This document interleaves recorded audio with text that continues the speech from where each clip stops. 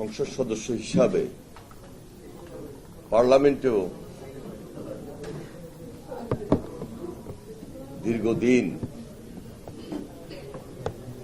সেখানে বৃহত্তর নোয়াখালীর পক্ষে অথবা বিএনপির রাজনীতির অংশ হিসাবে অনেক সময় কাটিয়েছিলাম। জনাব মোশাররফ হোসেন, আমি তার আত্মার মাগফিরাত কামনা করছি এবং ওনার পরিবারের সদস্য হিসাবে ওনাদের প্রতি আমি গভীর সমবেদনা জ্ঞাপন করছি। এখানে উপস্থিত রয়েছেন ওনার কন্যা ফারহা আঞ্জুম বারী। আমি বিশেষভাবে ধন্যবাদ জানাই বিশিষ্ট সাংবাদিক আব্দুল্লাহ সাহেবকে। তিনি আজকে আমাদের বৃহত্তর নোয়াখালীর এই নেতার প্রতি যে গভীর শ্রদ্ধা এবং সম্মান দেখিয়ে আজকের আয়োজনটুকু করেছেন এবং আমাকে বলা মাত্রই কথাটা সত্য যে আমি সঙ্গে সঙ্গে এখানে উপস্থিত হব এবং ওনাকে আমি আশ্বস্ত করেছি এই কারণে যে মোশাররফ সাহেবের সঙ্গে আমার দীর্ঘদিনের একটা সম্পর্ক ছিল। আমি খুব শ্রদ্ধা করতাম, সম্মান করতাম এবং বৃহত্তর নোয়াখালীর বা ফেনীর একজন কৃতি সন্তান হিসাবে তিনি বৃহত্তর নোয়াখালীবাসীর জন্য অনেক অবদান রেখেছিলেন। তার জন্য এই আয়োজন আমি থাকব না, এই জন্য আমি 18 তারিখ, 19 তারিখ, 20 তারিখ পারি নাই। আজকে 22 তারিখ আপনাদের এই প্রোগ্রামটা 2-4 দিন দেরি হলো। আমি আপনাদের সঙ্গে থাকার চেষ্টা করেছি এবং আপনি সেই সুযোগটা করে দিয়েছেন। ইতিমধ্যে মঞ্চে যারা বক্তব্য রেখেছেন, রেহান আক্তার রানু, সে ফেনীর এই মেয়ে, আমাদের ছাত্র দলের নেত্রী ছিলেন, সংসদ সদস্য হিসাবে তিনি গুরুত্বপূর্ণ দায়িত্ব পালন করছেন, বক্তব্য রেখেছেন। আমি মোশাররফ সাহেবের সঙ্গে তাদের ঘনিষ্ঠতা দেখেছি এবং ফেনীকে নিয়ে সবসময় বিশদ এবং বিশালভাবে চিন্তা করতেন। এখানে তোফাজ্জল সাহেব, তিনি আমার অনেক সম্পর্কিত এবং দীর্ঘদিন থেকে উনি আমাকেও চেনেন। উনি যখন গার্মেন্টস ব্যবসা করতেন তখন আমার নিজেরও ছোটখাটো গার্মেন্টসের ব্যবসা ছিল এবং মোশাররফ সাহেব যখন গার্মেন্টসের নেতা হিসাবে, তখন আমরা খুব ছোট অবস্থায় ওনার পাশে থেকে কাজ করেছি। তোফাজ্জল সাহেব ওনার বক্তব্যে মোশাররফ সাহেবের অবদান সম্পর্কে তুলে ধরেছেন। এখানে উপস্থিত রয়েছেন ওনাদের পরিবারের একজন, যিনি সরওয়ার আলম প্রেস সচিব হিসাবে দায়িত্ব পালন করছেন মহামান্য রাষ্ট্রপতির। ওনার সঙ্গে আমার ছাত্র জীবন থেকে সম্পর্ক, বিশেষ করে 1991 সালে বিএনপি যখন রাষ্ট্রীয় ক্ষমতায়, তখন 2-1 বার যখন আমি সচিবালয় গিয়েছি, তখন থেকে আমি ওনাকে এই সরকারি কাজে দেখেছি। অত্যন্ত সিনসিয়ার মানুষ। আমরা তো, উনি নিজেও বলেছেন যে সরকারি কর্মকর্তাদের কথা এবং ওনার মুখ থেকে পারিবারিক বলেন এবং মোশাররফ সাহেবের সম্পর্কে বলেন, আমরা অনেকগুলো কথা শুনেছি। আমি ওনাকে আন্তরিকভাবে মোবারকবাদ জানাই। এবি পার্টির চেয়ারম্যান এখানে উপস্থিত আছেন। রাজনৈতিক কারণে হোক আর বৃহত্তর নোয়াখালীর কারণে হোক, ওনার সঙ্গে আমাদের আরেকটা ঘনিষ্ঠ সম্পর্ক রয়েছে। এখানে বলতে গেলে অনেকের কথা বলতে হয়। এই যে পৌরসভার চেয়ারম্যান ছিলেন, মেয়র ছিলেন, আগে তো চেয়ারম্যান পরে মেয়র তালেব, আমাদের বিএনপি নির্বাহী কমিটির সদস্য। আমি যখনই দেখেছি যে দেশনেত্রী বেগম খালেদা জিয়া গুলশান অফিসে আছেন, তখন মোশাররফ সাহেবের সঙ্গে তালেব সবসময় থাকতেন। আজকে খুব সুন্দর করে সাজিয়ে গুছিয়ে বক্তব্য রেখেছেন মসির রহমান বিপ্লব, সেও আমাদের নির্বাহী কমিটির সদস্য, ফেনীর ছেলে। তা আমার সামনে উপস্থিত আরো অনেকেই আছেন। এই যে এখানে মেজর মান্নান সাহেবের এপিএস ছিলেন মনোয়ার সাহেব, মোশাররফ সাহেবের সঙ্গে তার খুব ঘনিষ্ঠতা ছিল, মনের কারণেই আজকে এখানে উপস্থিত হয়েছেন, এটা আমি বিশ্বাস করি। আরেকজন আছেন বাদশাহ। আমার সঙ্গে মোশাররফ সাহেবের সম্পর্ক আমার ছাত্র রাজনীতির জীবন থেকে। আমরা তো সবসময় এরশাদ বিরোধী আন্দোলনে খুব মাঠে ময়দানে অ্যাক্টিভ ছিলাম। বে স্টাউন যখন গুলশানের শুটিং ক্লাবের পাশে এখানে একটা অফিস ছিল, তা আমি একদিন লক্ষ্মীপুরের আমাদের দুইজন সাবেক ছাত্রনেতা,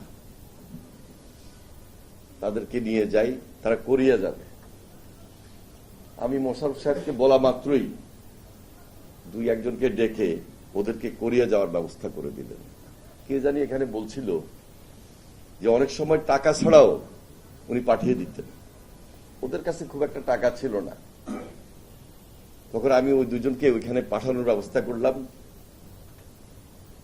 পাসপোর্ট করেই ওরা কোরিয়াতে চলে গেছে এবং পরবর্তীতে হয়তোবা ওইখানে গিয়ে টাকা পরিশোধ করেছে, অফিসের যে পাওনাটা, টাকা লাগে নাই। মোশাররফ সাহেবের অফিসে গেলে আমি সবসময় দেখেছি যে ফেনীর যারা উঠতি আমাদের ছাত্র নেতা বলতে ছাত্র রাজনীতিতে যারা থাকতেন, আছেন, ছিলেন, তাদেরকে দেখতাম। এবং তাদেরকে দেখতে গিয়ে এই যে বাদশাহ, ওর সঙ্গে আমার ওই সময় পরিচয়, সে অফিসে অনেকটা। এইভাবে সেই বে স্টার্নে অনেক নেতৃবৃন্দ, এখন আর কি নেতৃবৃন্দ, ওই অফিসে সবসময় তারা একটা আড্ডা ছিল। স্বাভাবিক কারণে আমরা যখন বসি, আমার লক্ষ্মীপুরের লোকজন একটু বেশি আসে, বা আমার সঙ্গে যারা রাজনীতি করেছেন তারা বেশি আসে, একটা আড্ডার জায়গা হইত। এই বে স্টার্নটা একটা আড্ডার জায়গা ছিল। আমার বড় ভাইয়ের একটা ম্যান পাওয়ার ম্যানেজমেন্টের কোম্পানি ছিল, নাম ছিল টেকনোকন লিমিটেড। সেই সময় আমার ভাইরা ইরাক এবং ইরান যে যুদ্ধ, পরবর্তীতে এই যুদ্ধের আগে ইরানে ম্যান পাওয়ার ম্যানেজমেন্টের মাধ্যমে লোক যেত। আমার ভাইয়ের সঙ্গে মোশাররফ সাহেবের খুব গভীর সম্পর্ক ছিল। তিনি এখন মার্কেন্টাইল ব্যাংকের ডাইরেক্টর, আমার ভাই। আর মোশাররফ সাহেব ছিলেন তখন ইসলামী ব্যাংকের। একদিকে ম্যান পাওয়ার বিজনেসেও ওনারা একসঙ্গে খুব ঘনিষ্ঠতা ছিল। তো সেখানে গিয়ে আমার সঙ্গে এই জাকির সাহেবেরও সম্পর্ক হয়, পরিচয় হয়। আর আমি যেহেতু গ্রেটার নোয়াখালীর হিসাবে ছাত্র রাজনীতিতে সম্পৃক্ত ছিলাম, আমাদের ছাত্র রাজনীতির বিপদে আপদে যে কোনো সময় আর্থিক সহযোগিতা পর্যন্ত উনি করেছেন। আমার সঙ্গে উনি লক্ষ্মীপুর গিয়েছেন এবং দেশনেত্রী বেগম খালেদা জিয়ার সঙ্গে আমরা গ্রেটার নোয়াখালী নিয়ে যতগুলা মিটিং করতে হতো, প্রায় মিটিংয়ে উনি উপস্থিত থাকতেন। একদম মানে এমন একটা মনের মানুষ ছিলেন, উচ্চস্বরে কোনোদিন কথা বলার মতো আমরা দেখি নাই। আমরা তো ছাত্র রাজনীতির কারণে অনেক সময় একটু আওয়াজ দিয়ে কথা বলি, কিন্তু উনি ছিলেন এত নম্রতা, ওনার মধ্যে ভদ্রতা, উচ্চস্বরে কোনোদিন কথা বলেন নাই। এবং খুব আপনজন হিসাবে আমরা একে অপরের সঙ্গে কাজ করেছি, যদিও আমার বয়স ওনার চেয়ে অনেক কম। এই সময়গুলো, এই দিনগুলো আমরা পার করেছি। এবং আজকেও আমি আগেও জানতাম যে উনি ওনার অনেকগুলো পাবলিকেশন ছিল এবং সাংবাদিকতার মাধ্যমে ওনার জীবনের অনেকটা শুরু।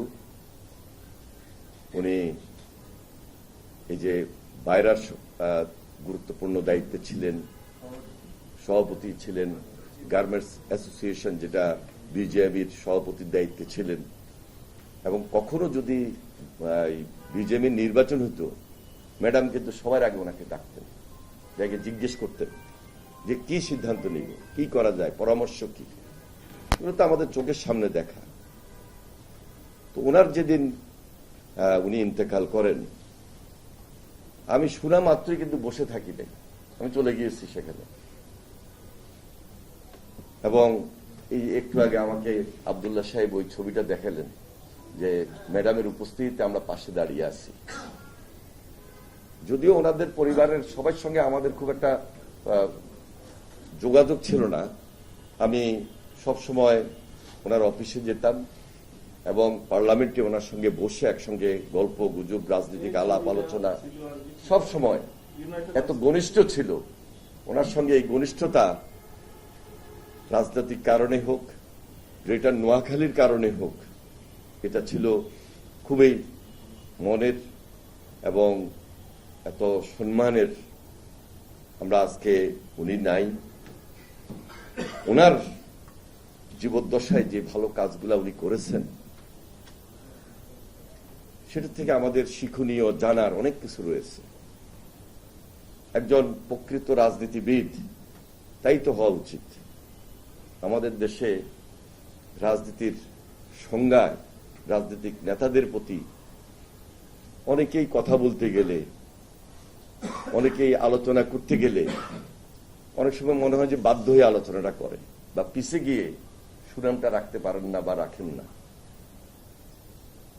তো আজকে এমন একটা সময় আমরা এসে পড়েছি যে দেশে একটা স্বাভাবিক নির্বাচন হয়েছে।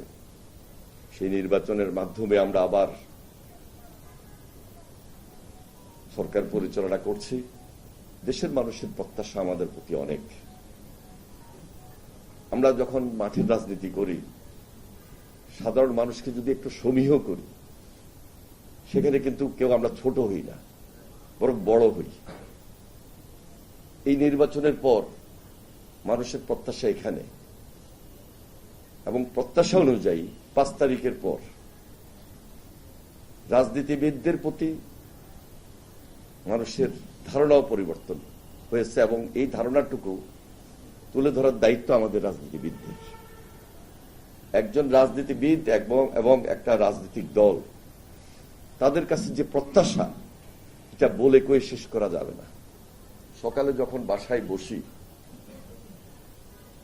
আমরা তো এখন ধরেন 9টার সময় অফিসে চলে যেতে হয়।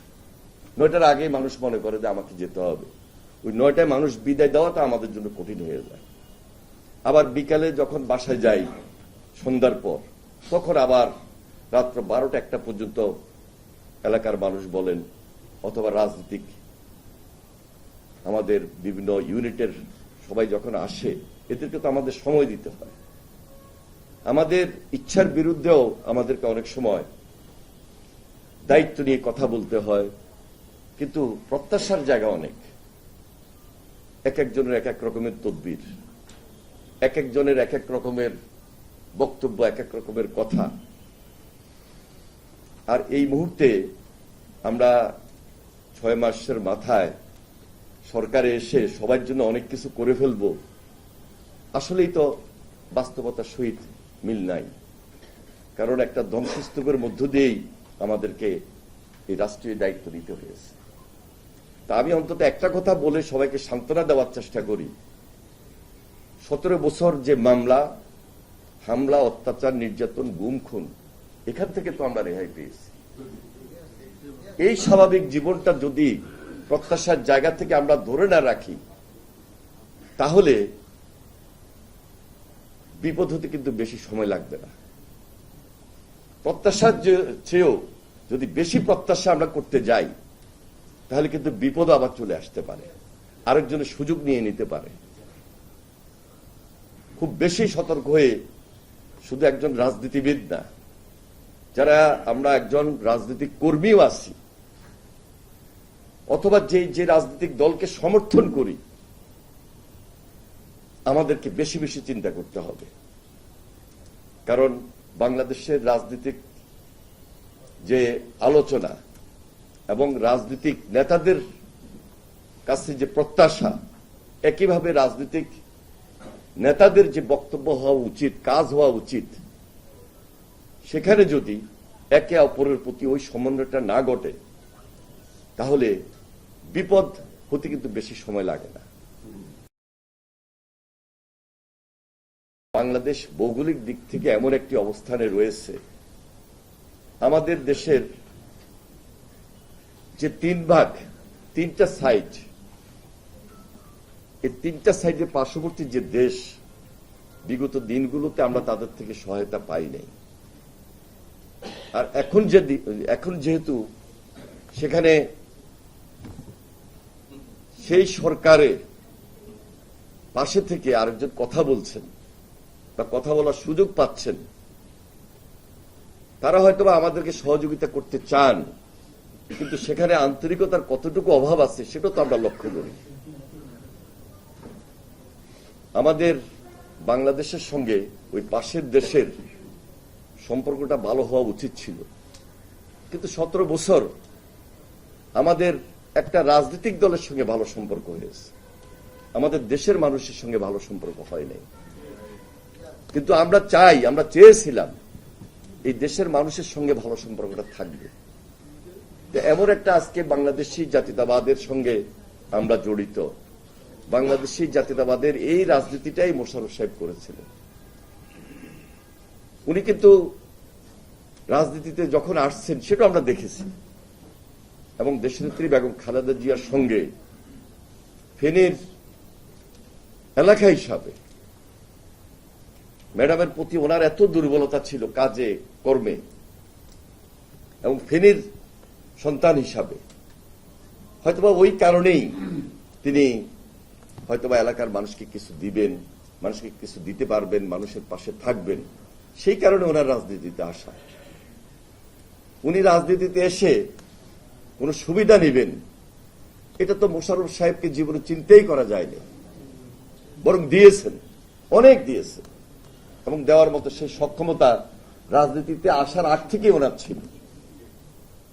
এই জন্য বলছি, উনি রাজনীতিতে 96 সালে আসলেও 90-এর পর থেকে ওনার সঙ্গে আমার যে পরিচয়, যে সম্পর্ক, তখন থেকে আমরা দেখেছি।